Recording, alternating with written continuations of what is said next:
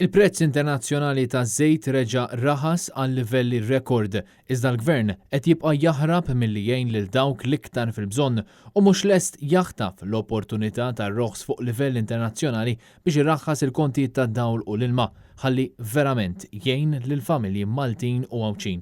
Dwar dan staqsejna b'mod dirett lill-Ministru Rodrik Galdes. Nies li iktar tqattaw ħin djarhom mhux biss ikollhom indafa, imma jkollhom kontijiet irħas.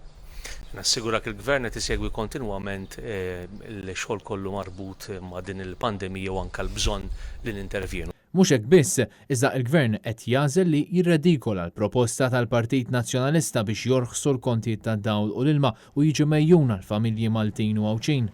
Kemm xejn ironiku li jkollok l-oppożizzjoni llum qed tissuġġerilna kif għandna nonfqu il-flus. Fl-aħħar jiem smajna li minħabba ftehim li hemm maċ-Ċiniżi il-kontijiet ma jistgħux jorħsu, allura kien għalhekk li staqsejna jekk hemmx modi oħra li dan jista' jsir. Naħseb jiena l-Gvern diġà ħabbar it-tielet pakkett ekonomiku. Aħna nibqgħu nisimgħu, nibqgħu naraw x'ikunu ċirkostanzi, imma ċertament qed naġixxu kontinwament anke. F'din il-konferenza tal-aħbarijiet erġajna smajna il-ftaħir bit-tielet pakkett finanzjarju ta' Robert Abela, pakkett li l-Gvern qed jibqa' jiftaħar bih minkejja li nesa faxex differenti ta' ħaddiema.